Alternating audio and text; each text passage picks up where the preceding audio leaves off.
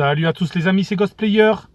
Et aujourd'hui on se retrouve pour une nouvelle vidéo achat. Nous sommes vendredi 4 décembre. Il est midi 15 et vous le savez, aujourd'hui c'est le Black Friday.